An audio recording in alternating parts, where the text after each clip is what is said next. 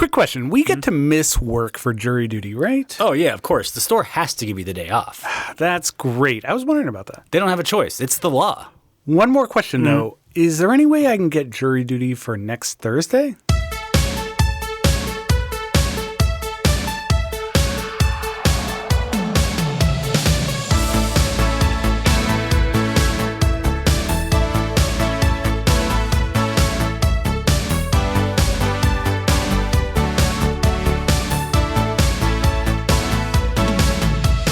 Welcome to Rewind Video. I'm Bob. I'm Rob. And we love movies. Good ones, bad ones, old ones, new ones, big movies, small movies.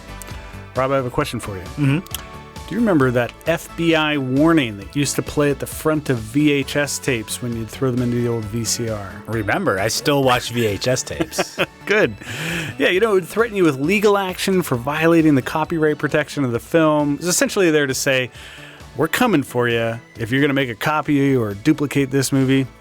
And it was the start. It's never happened to my knowledge. Right. And you copy everything. I have in the past copied VHS tapes onto other VHS tapes. Who didn't? We all did, right? Yeah. You could make a case that the shadow of the courtroom kind of loomed over every movie you watched, regardless of what the genre was, as long as you didn't break the rules, of course, while sitting down to watch.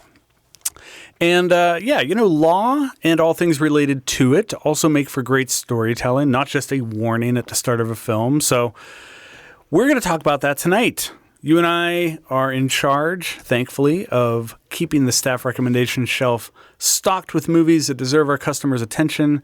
When we add new movies to the shelf, we adhere to a theme. And this week's theme is Courts of Law. Objection. Sustain. Let's overrule that one and go ahead with the episode. I like it. So this was your theme. Yeah, it was. Mm-hmm. I do like myself a good courtroom movie. They're a great source of drama, tension. You can have comedy.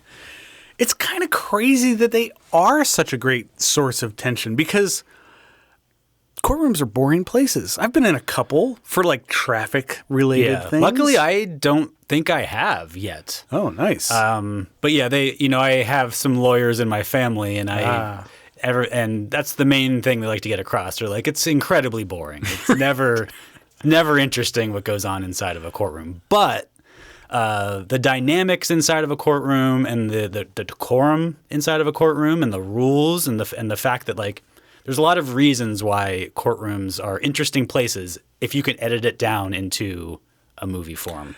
It's such a deviation from everything associated with everyday life. Yeah. And they can be funny for the same reasons that like church, you laugh in church because like stuff's not supposed to be funny. People are being very serious. And sometimes that's really funny. It is funny. There's also a sense of order to a courtroom. There are rules and there's a way you have to act and there's a finality to all the rulings and the decisions that are made there, which gives it like this sense of importance, which can be a source of tension or comedy. Yes. Drama. And, there's a lot about courtroom proceedings that kind of lends itself to great storytelling. You've got the juries, you've got the judges, the lawyers, defendants, evidence.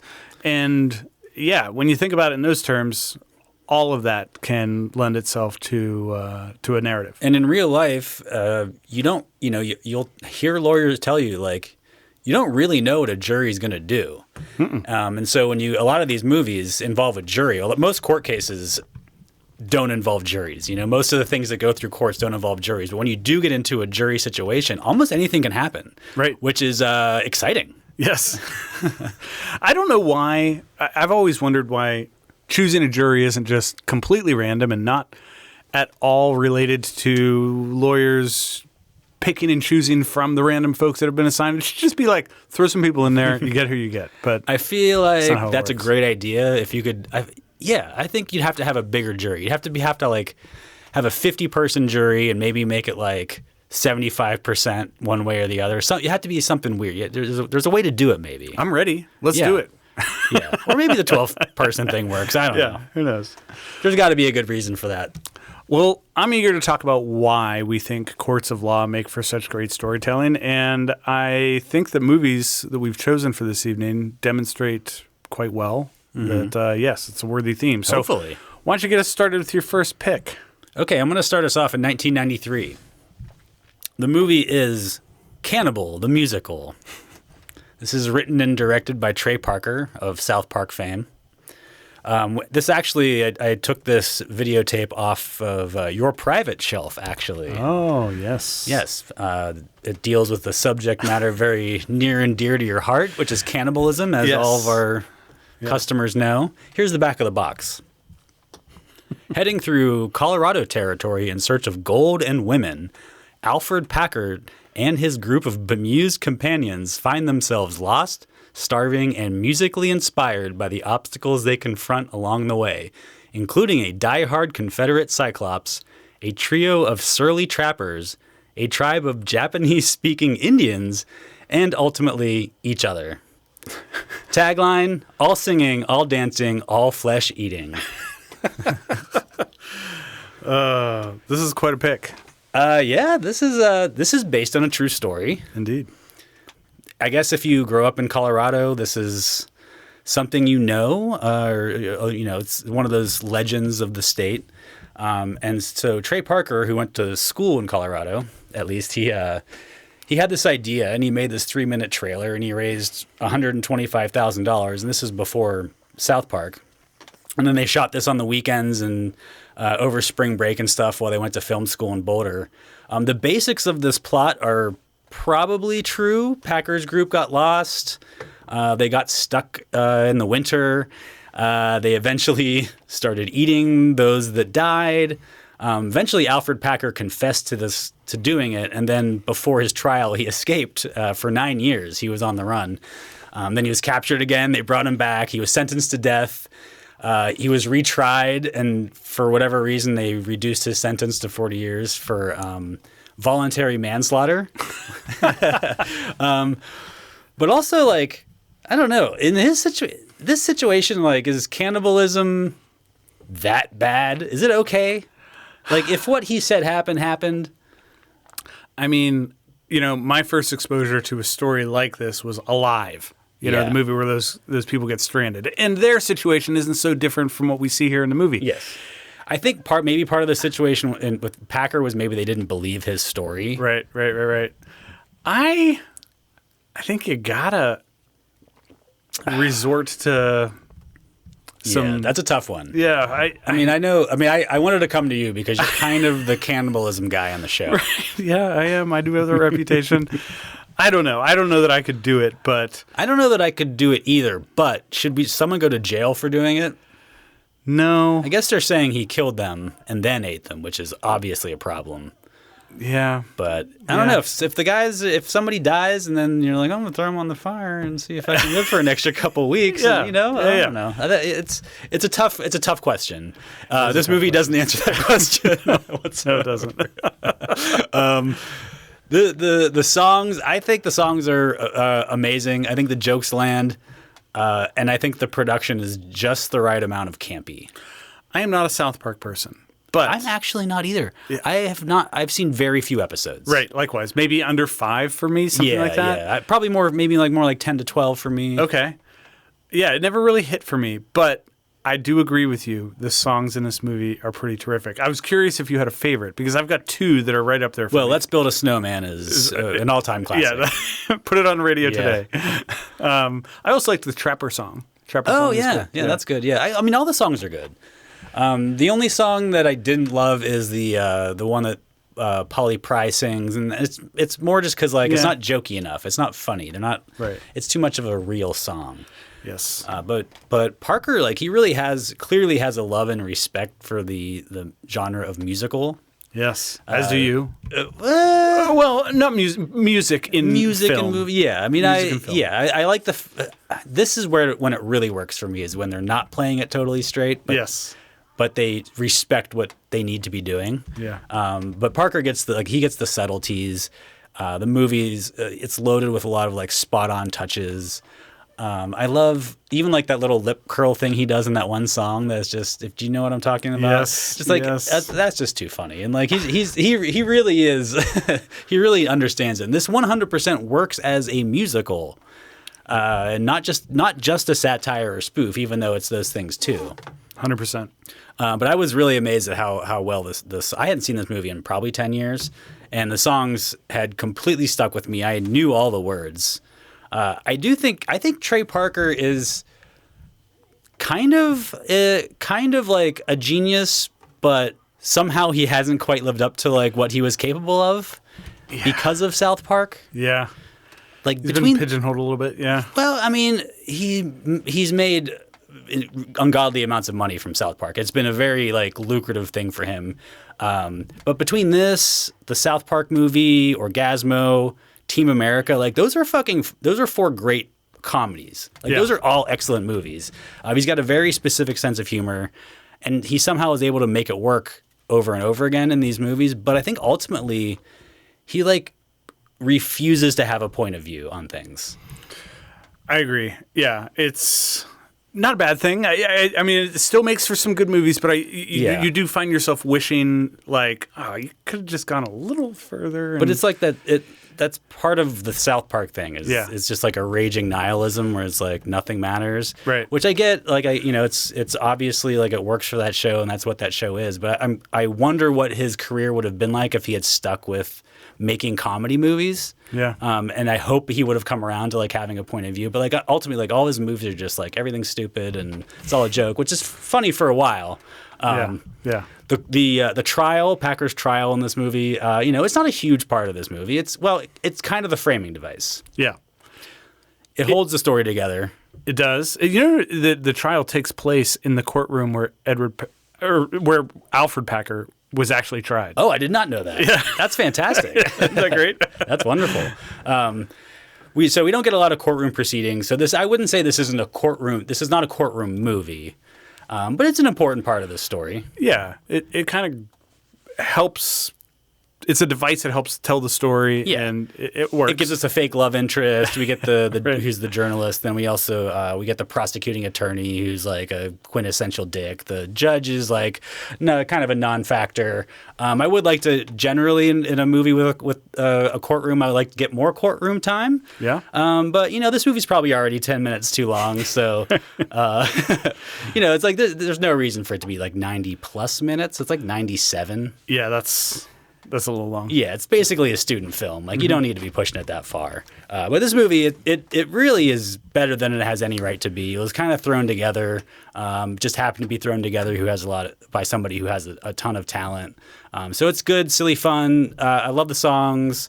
It doesn't have a lot to say, but there's plenty of laughs. And I really like this movie. It still holds up for me.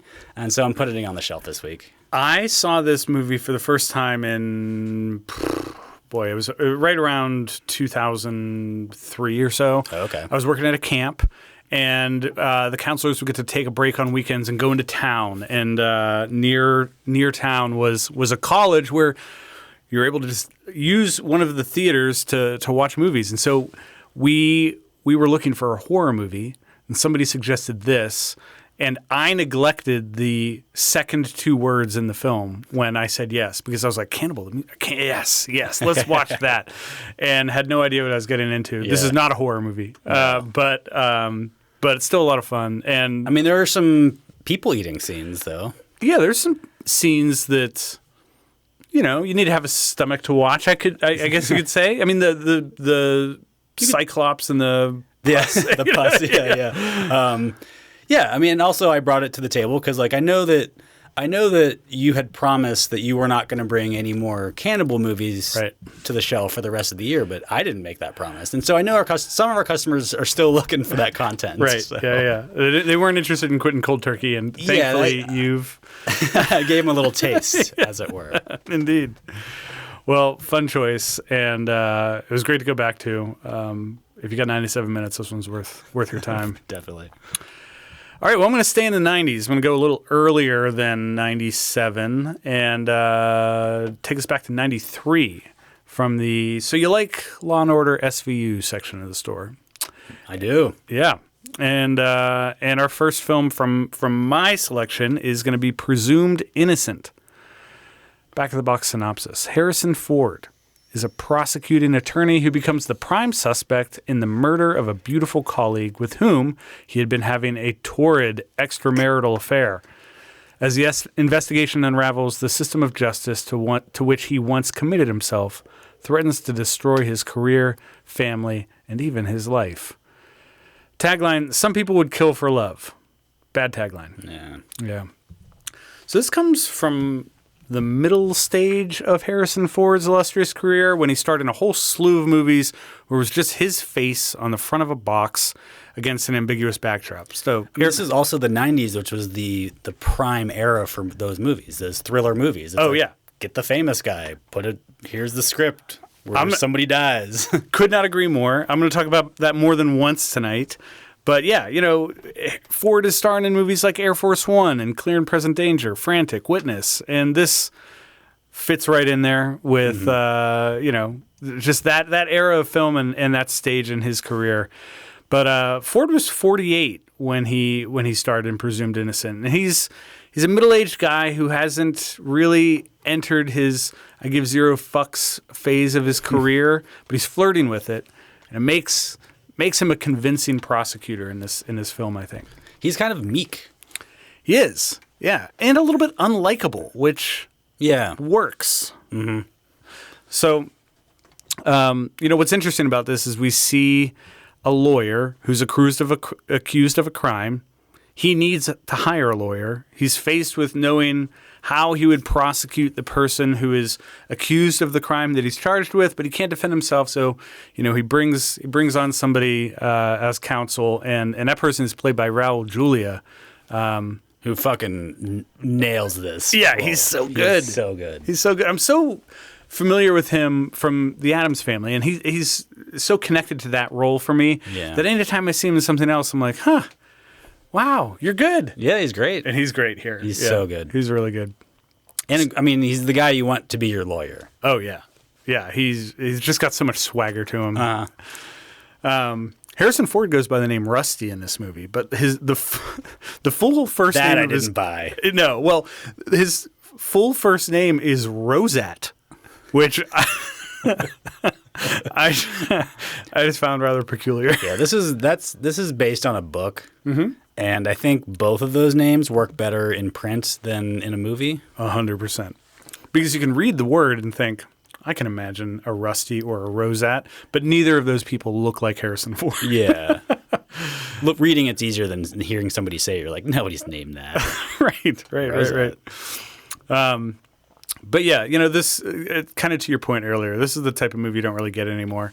It's a contained mystery. It's not trying to become a franchise. It is like a finely crafted Law & Order episode. Incidentally, Apple TV Plus ordered an 8-part limited series based on this film. Jake Gyllenhaal is playing the Harrison Ford part. It was based on a book by the same name. And the studios were fighting over this. The book had only been released 3 years earlier. Or maybe it was a little long. It was late 80s. Okay.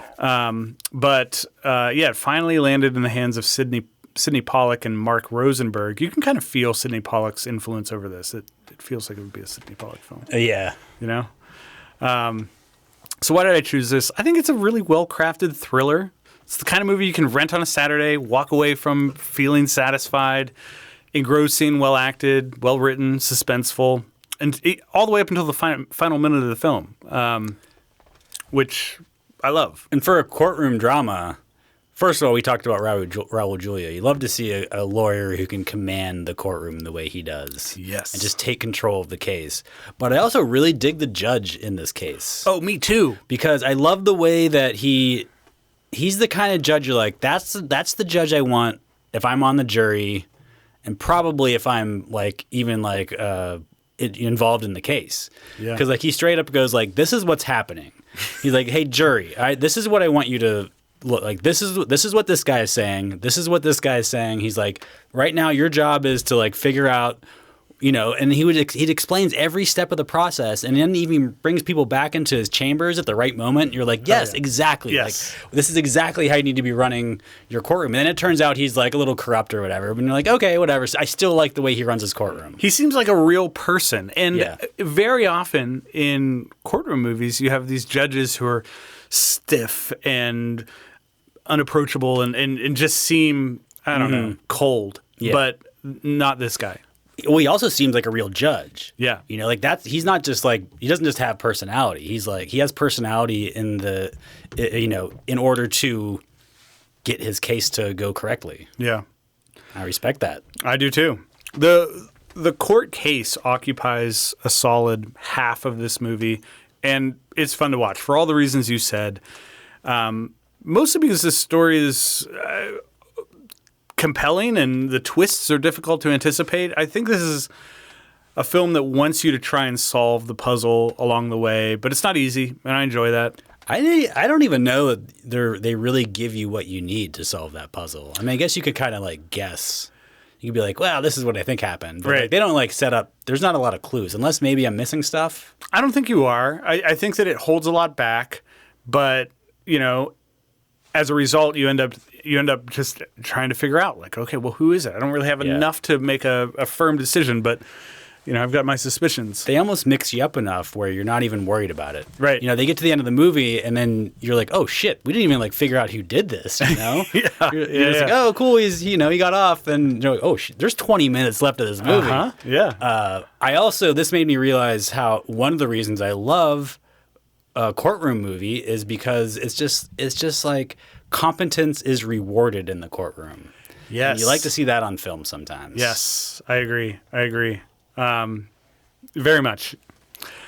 Well, the cast is pretty great. We already talked about Harrison Ford, but Brian Dennehy is also here. John Spencer, who most people remember from West Wing. Bradley Whitford, another West Wing alum. Yeah.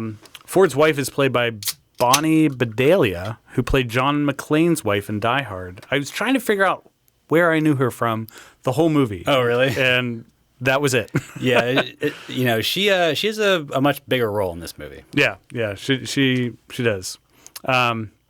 Critics like this. Roger Ebert praised the movie, saying, even if you think you know what the solution is, the performances are so clever and the screenplay is so subtle that it could well turn out that your expectations are wrong. So this averages a 3.4 on Letterboxd, and I agree with that rating. I think it's just slightly better than a 3-star movie, but a great fit for our Courts of Law theme. I did pull one review that made me laugh, but also caused me some alarm. It's You're gonna report it to Letterboxd? no, it's more just for personal reasons. So Okay. Patrick Willems wrote this, and he's a film critic that I absolutely love. He said, "Finally, a movie where Harrison Ford's jizz is a major plot point." and this made me realize that in recent weeks, I've pulled 2 movies where bodily fluids confirm someone's identity because it happened in Gattaca, and here it is happening again. And I'm worried that I'm heading down another cannibal trail, and I'm going to nip things in the bud right now and say, this is it. No more bodily fluids connected to identity. We're just going to stop here. But this one, We'll see. I'm going to call you on it if you end up backing off of that. good. Well, in spite of that, I would say give this a shot. It's going on the shelf, presumed innocent. All right. Well, it looks like we're making this a 90s kind of night because I'm sticking in the 90s for one more movie. I'm going to 1992 with My Cousin Vinny. I had not seen this before. What? I know. I can't believe that. I know. This is directed by Jonathan Lynn, who directed Clue, and written by Dale Launer, who wrote Dirty Rotten Scoundrels and Ruthless People, which I found interesting because I've always had those 2 movies confused in my mind because they were around when I was a kid, and I haven't seen either one of them, and they kind of sound similar. They're kind of synonyms for each other, Yeah, right? yeah, and the same guy wrote both of them. This is in the Travel Nightmares section. Here's the back of the box. 2 carefree pals traveling through Alabama are mistakenly arrested and charged with murder. Fortunately, one of them has a cousin who's a lawyer, Vincent Gambini, a former auto mechanic from Brooklyn who just passed his bar exam after his 6th try. When he arrives with his leather-clad girlfriend to try his first case, it's a real shock for him and the Deep South. Tagline, truth, justice, and the Gambini way. Not mad. I mean, it's all right. It's okay. You can put that on the front of the box. Yeah. This is a fish out of water legal comedy starring the great Joe Pesci and Marissa Tomei. Indeed it is. The two kids who are mistakenly charged with murder are played by Ralph Macchio and Mitchell Whitfield. We also get Fred Gwynne and Lane Smith as the judge and the prosecuting attorney, respectively. For the longest time, this was basically this is most well known as the movie that Marissa Tomei won the Academy Award for. That Deservingly so. Surprised everybody. Yeah. She was very much a newcomer. This was she had not been in a lot of stuff and like very small parts before this. Yeah. She'd only appeared in a hand 3-4 movies I think before this. It was very much an out of the left field type thing, especially for the Oscars, which don't do that. Right. Unless there's like a major reason for. But there's no denying like her performance here. It lights up the screen in every scene. Yeah. You love every moment that she's on camera. Yeah, I mean, her and Pesci they're both off the charts here. Their chemistry is incredible. I think they do have great chemistry. I really have a hard time believing Joe Pesci is engaged to marry Marissa Tomei, but they work so well together. I think like yes, like, there's a 20-year age gap between these two people. I think Joe Pesci can pull this off. I think these people exist. Like there's a 49-year-old former auto mechanic with a 29-something-year-old girlfriend. You know what I mean? Like these people exist. Yeah. And when I see Pesci and Tomei doing it, I'm like, yeah, like on paper this shouldn't work. To me, it works. Like I believe these people exist. Mm-hmm. I know these people exist. You know, maybe they wouldn't be as attractive as Marissa Tomei or whatever, but like, yeah, this happens. When you put it like that, I buy it. I'm more thinking about Marissa Tomei and Joe Pesci as a couple, and that's a harder pill to swallow than the idea of an old auto mechanic and a young even woman that like her. Though. I bet. I would not. If I told you Joe Pesci's wife was 20 years younger than him and super attractive Italian woman, would you be surprised? No.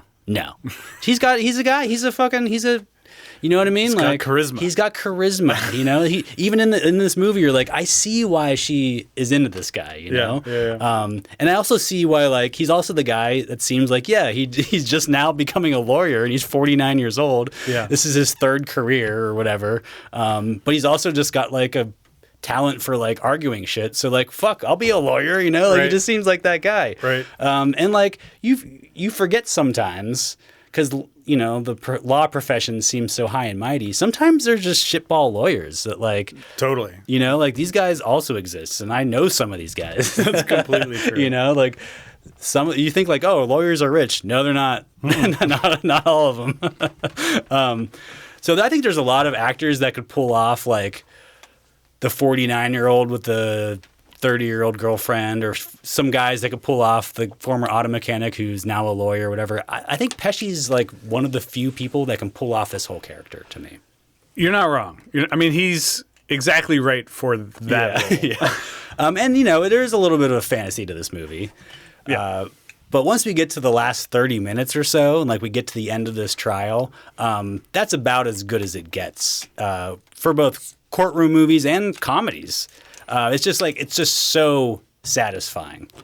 I don't disagree. I have to admit, I mean, I'm coming at this very late, and I was a little worried for the first 40 minutes. I was like, wow, this is dragging a little bit, and it's not very believable. But as soon as Joe Pesci hits his stride, this movie slaps. I mean, it's the first half of the movie. Pesci and Tomei are not really in it. Not really. They're just kind of like, oh yeah, these guys are caught in this crazy situation. They talk about his cousin, like we kind of get to meet them a little bit, but like, in fact, this almost would have been eligible for the title non-protagonist theme, you know. Mm-hmm. But like halfway through the movie, it completely flips, and then we barely see the other guys. You know, they just completely disappear because who cares? You know, like once Pesci starts getting into his stride as a lawyer, and Marissa Tomei's like, hey, dummy, this is how you do your job and stuff. Like, yeah, once that part of the movie's cooking, like, forget the rest of it. Like, we're just doing that from now on. It did make me laugh, too. I mean, when he walks into that courtroom in that usher suit. Yes. But then he's got a good explanation. Like, what is he supposed to do, it's great. know? It's great. So, yeah, this manages to strike that really good, that perfect tone. And this is like these are circumstances that they could like really get wrong, They could have easily made this like hey, here's the dumb hicks from Alabama movie, or like here's the hotshot New York assholes. They didn't do either of those. Somehow they found this middle ground, which seems like insane that this middle ground could even exist nowadays. But they managed to make it like, I don't know. It's more of a simple culture clash, and like everybody just wants a fair trial. Sure, granted, these people over here think the wrong people are guilty and yada yada, but like when it comes down to it, like these are just two groups of people that are like, yeah, we just want to do the law the way it's supposed to be done, Yeah. We just happen to think these guys are guilty, whatever. But like when it comes down to it, they're like, you know what, you got us. Yeah, these guys didn't do it. Let them go. We have talked a lot about Marissa Tomei already, but I have to say, when she is on the witness stand and showcasing her knowledge of cars, it's a joy to watch. Yeah. I mean, that's that 10-minute section of the movie where they do like the car thing. I mean, it's hard to find a better 10-minute section of a movie. Agree. It's just every single, and this is a movie that's been lauded by the legal community for its accuracy and like the way you're supposed to conduct yourself in the courtroom and stuff. They're like, yeah, like this is how this would happen. This is what you're supposed to be doing. The director has a law degree from Cambridge University, so like he knew what would be realistic and what wasn't. You feel as an audience, like the command it has over the legal system. It doesn't seem like bullshit. I agree. It seems like, and like the things that happen in the courtroom seem like they're happening because that's what happens in a courtroom and not because that's what the plot says should be happening. So I think it's just like a really effective courtroom movie as well as being a great comedy. So I think this movie's great. It's one of my favorites. I return to it often. I think the last 30 minutes is about as good as it gets. And so I'm throwing it on the shelf for Courts of Law. I'm glad I finally had a reason to watch it. I can't believe it took you this long. It's for me, there are two movies that for some reason I keep encountering opportunities to watch and I never do. This was one of them. The other one is Scent of a Woman, which I feel like I should have seen by now. I haven't seen that. Okay, great. Well, we should watch that together. Yeah, we should do that together. We'll come up with a theme around smelling things. I think you already picked a movie about smelling things. I did. That involved cannibalism. It did. Well, again, thanks for choosing My Cousin Vinny. I was delighted with it. I'm going to take us from the 90s to the 90s. Yes. We're staying in the 90s. 1997. And this is from I'm going to make it in the Big Apple section of the store. Assuming make it refers to making love to your sister. It's not usually what people are talking about. Right. The movie I'm choosing is The Devil's Advocate. Hail Satan. Hail Satan. Back of the box synopsis. Aspiring Florida defense lawyer Kevin Lomax accepts a high-powered position at a New York law firm headed by legal shark John Milton. As Kevin moves up in the firm's ranks, his wife, Marianne, has several frightening, mystical experiences that begin to warp her sense of reality. With the stakes getting higher with each case, Kevin quickly learns that his mentor is planning a far greater evil than simply winning without scruples. Tagline, evil has its winning ways. It does. Yeah. Lots of courtroom action here as we follow Florida man Keanu Reeves, who plays a lawyerly version of John Wick. I mean, he's a fucking ace. Yeah. It does not lose. He's like a little law prodigy. And yeah, this movie comes to us by a guy named Taylor Hackford. I didn't recognize his name at first, But he's got some competent pictures on his resume. He did, this is probably his best, but he also did Ray, Dolores Claiborne, An Officer and a Gentleman. The cast is pretty large with this, but there's really only 3 names worth knowing. Keanu Reeves, Charlize Theron, and Al Pacino. So I admit, I had this on my list until the very last minute during last year's Hail Satan theme. Because Al Pacino plays a brilliant version of the devil himself. He's the right age. He's the right level of crazy. He's got the right amount of cocaine flowing through his bloodstream. The exact right year for Al Pacino to be playing this part. Yes. Everything is right. And a lot of people criticize this for overacting, but I don't think that's the right description. Can you imagine if it wasn't as overacted as it was? It wouldn't be half as fun. No. And Kevin Spacey was up for this part. This would have been a movie that we would not go back to if Kevin Spacey was in this role. I don't know. Maybe it would have been really good. It would have been creepy in a different way. It would have been different. It would have been different. Completely different. But, man, fucking Al Pacino is so goddamn good. And yeah, his role is to recruit Reeves to work at his prestigious New York City law firm. Of course, there are ulterior motives, and that's why you watch the movie. But Pacino's chemistry with Reeves and Theron are great. I mean, literally with everyone that he's on screen with. I mean, it's fucking awesome. Random strangers on the subway. Yes. It's amazing. So I ran across an interesting bit of trivia when I was putting together my notes for this.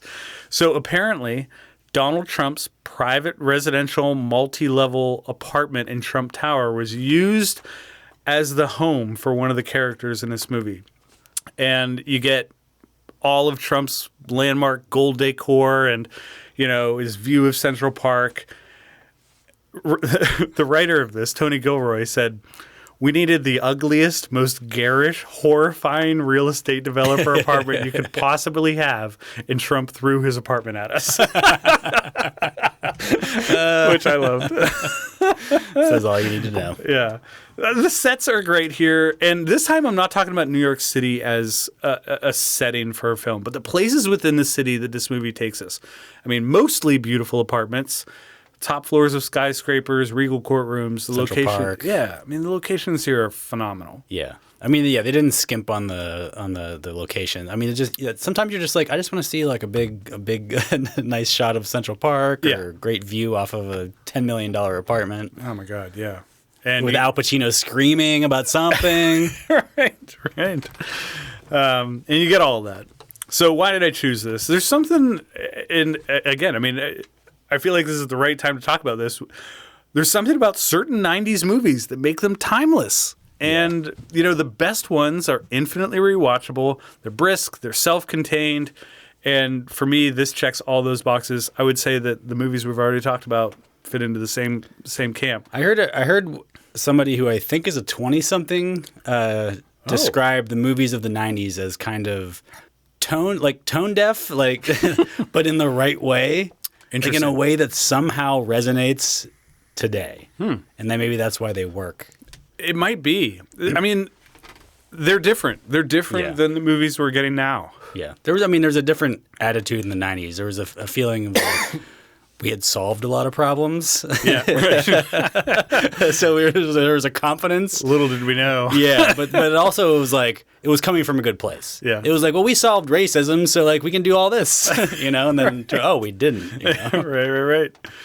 So yeah, I think there's some twists in this movie that are pretty brilliantly foretold when you go back and listen to the dialogue upon a rewatch. And this movie, for me, it feels like you described My Cousin Vinny. I've rewatched this movie a bunch of times, and I just like going back to it. It's a movie fun. You can just turn on randomly in the middle. Oh, 100%. Yeah. As long as Al Pacino's on screen, you're like, well, I'm just going to watch this. I'm going to stick around. I remember seeing this movie shortly after it came out. I hadn't been to New York City yet. And it shaped my impression of New York in similar ways that Adventures in Babysitting shaped your impression of the big city. Because there's something intimidating about New York when you've never been there. It feels huge. It feels seedy. It feels rich. And this movie kind of like reinforced all of those preconceptions. And I wouldn't say that any of that is inaccurate. I mean, like the version of New York that you see here definitely exists. You Oh know? yeah. Maybe I mean, without- Satan lives in New York, right? yeah, maybe. He at least has really nice apartments there. Right. That he visits.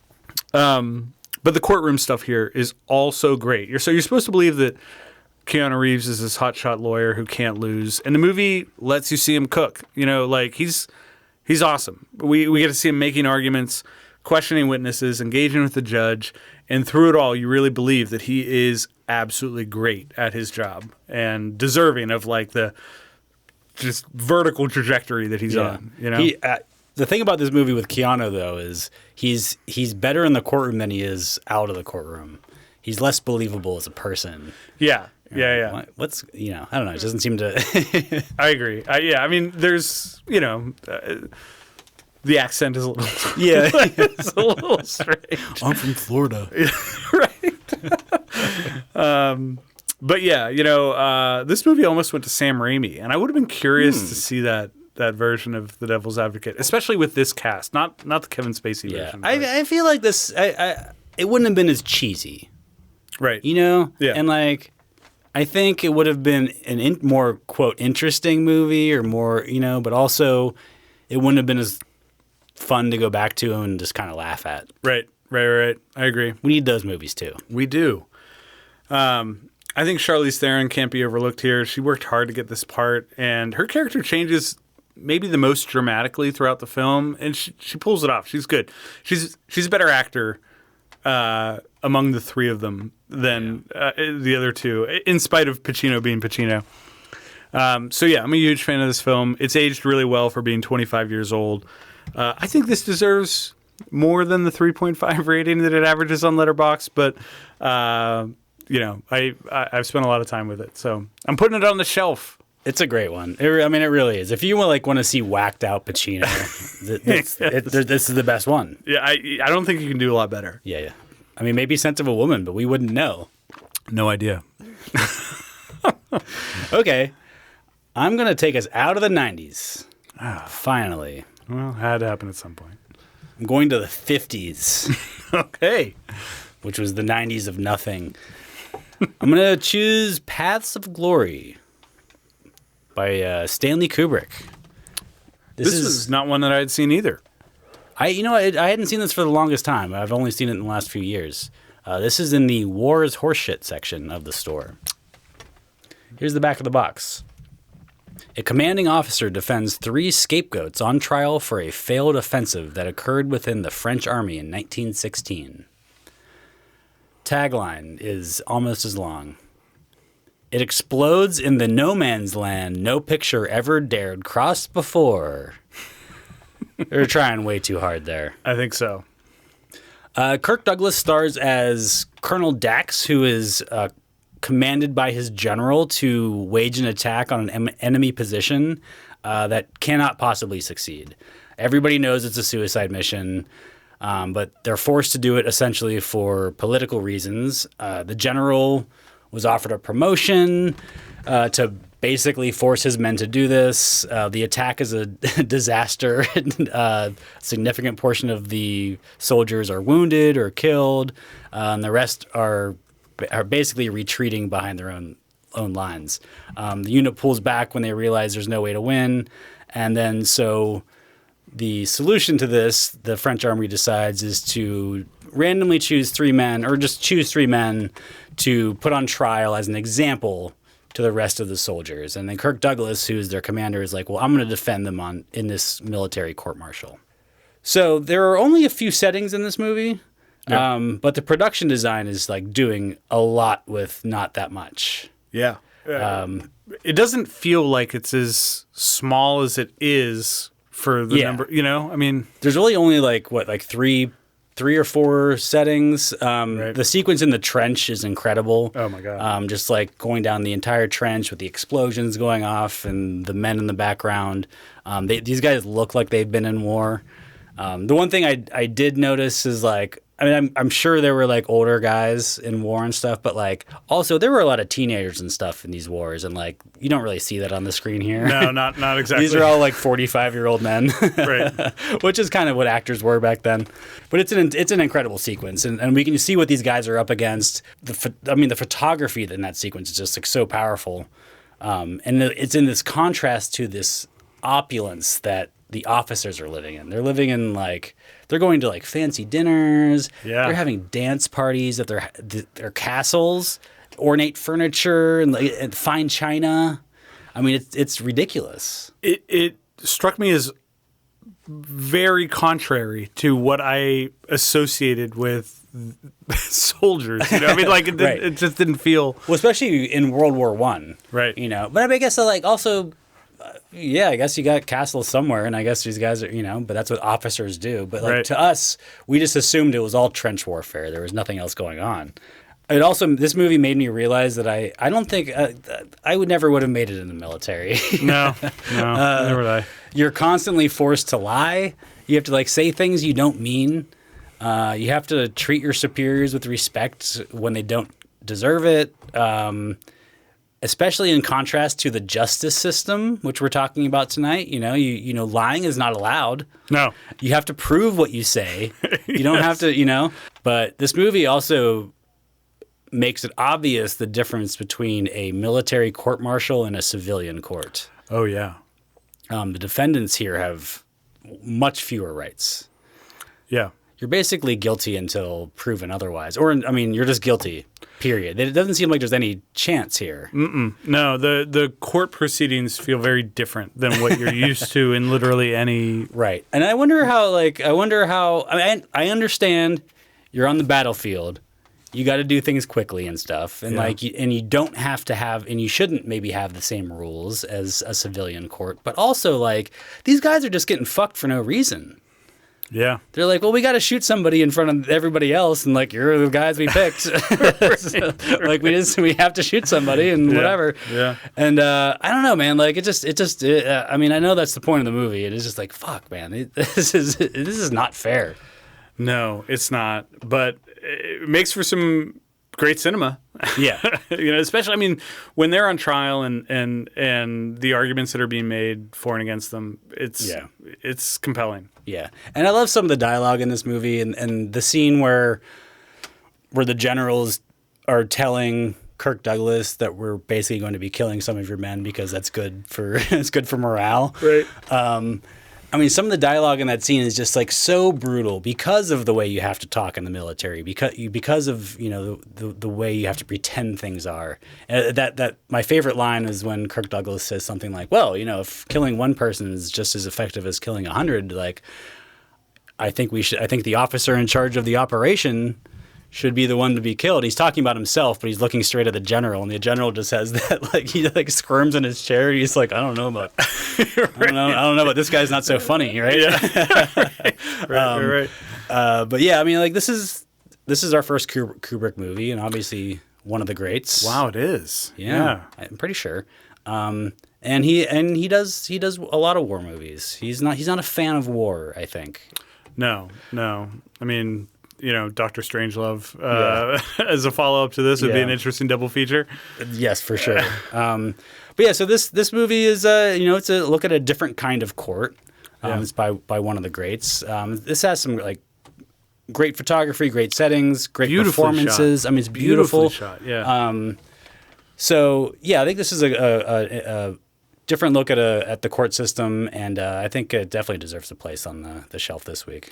It's interesting that you ended on this because my last movie also, I think, deals with a different side of the courtroom than you normally get, but this was definitely one that I wasn't familiar with, and it's interesting that it doesn't find its way onto screen very often because I found this very watchable. It tricks you into thinking that it's a war movie. Yeah, but it's not. And then for years I thought it was. I didn't realize it was a courtroom drama until the first time I watched it.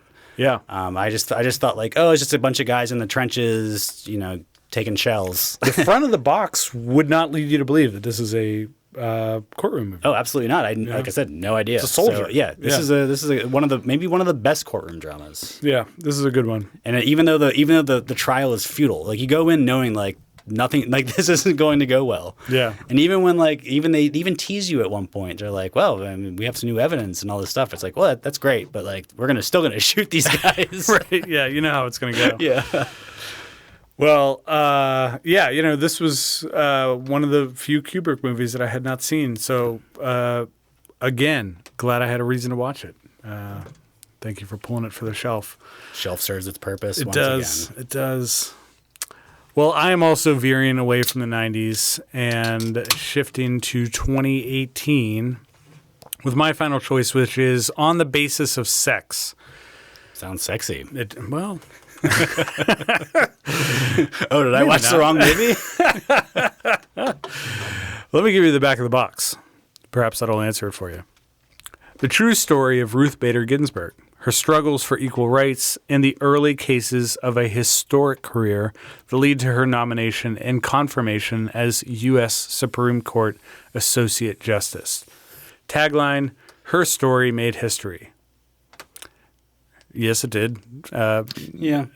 Not a great tagline. C-.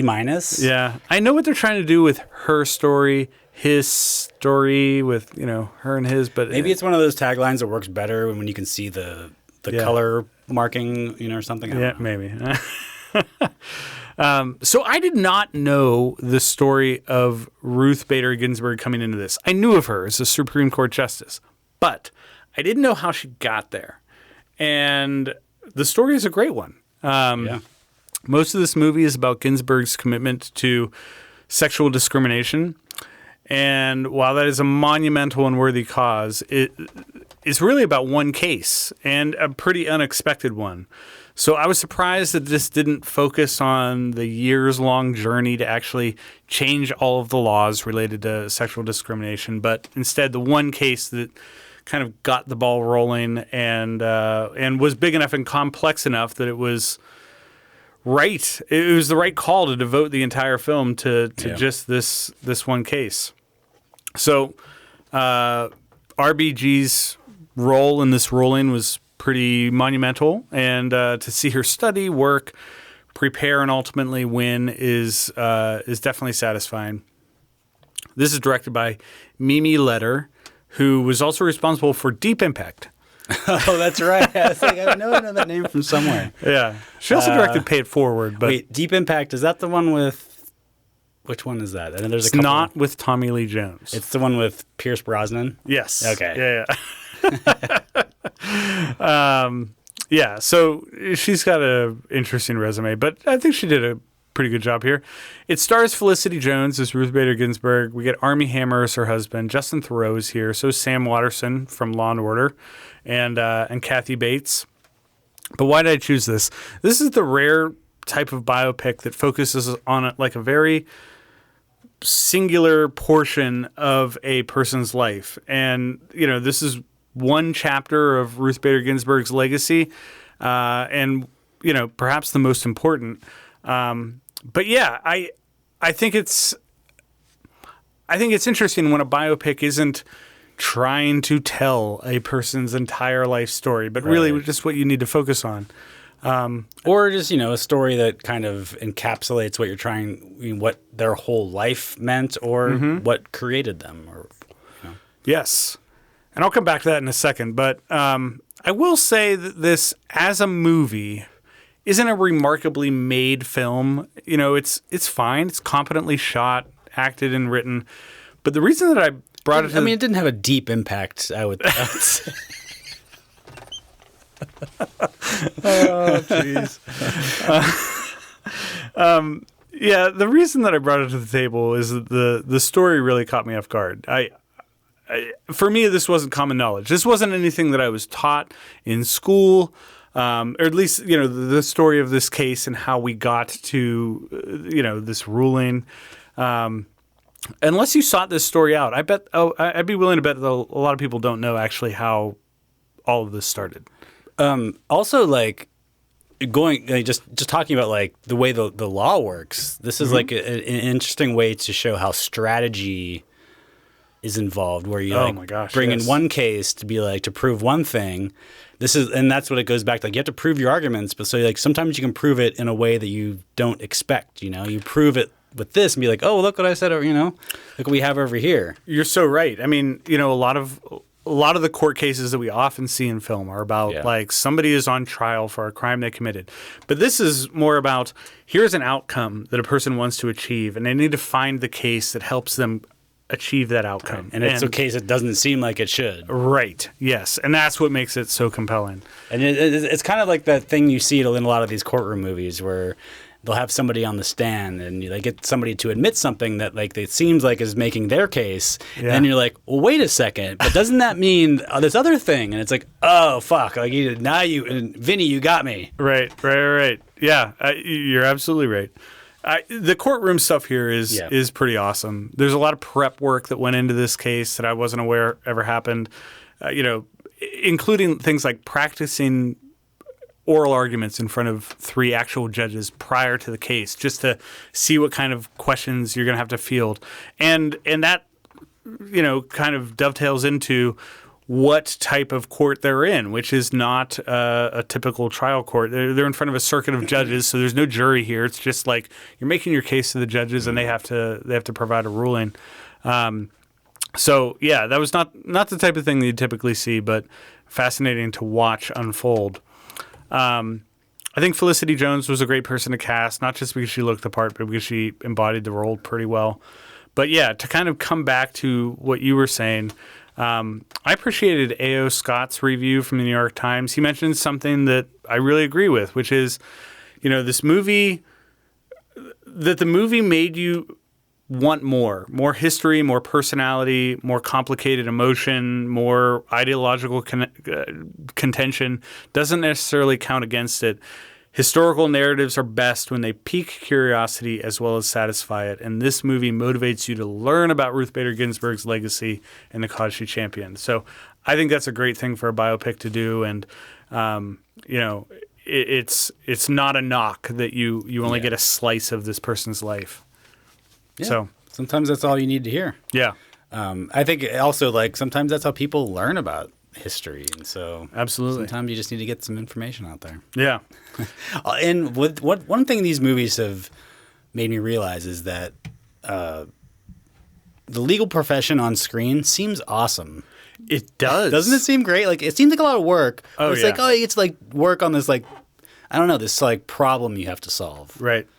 I mean, I remember watching Law and Order when I was too young to be watching Law and Order and thinking, that's it. I know what I want to do. It's probably not that in real life. No. Yeah. When that's what my parents said. They were like, you don't want to do that. Yeah. So you just read for 15 hours a day. Oh my God. So yeah, I'm throwing On the Basis of Sex onto the shelf as my final pick. Hot stuff. Yes.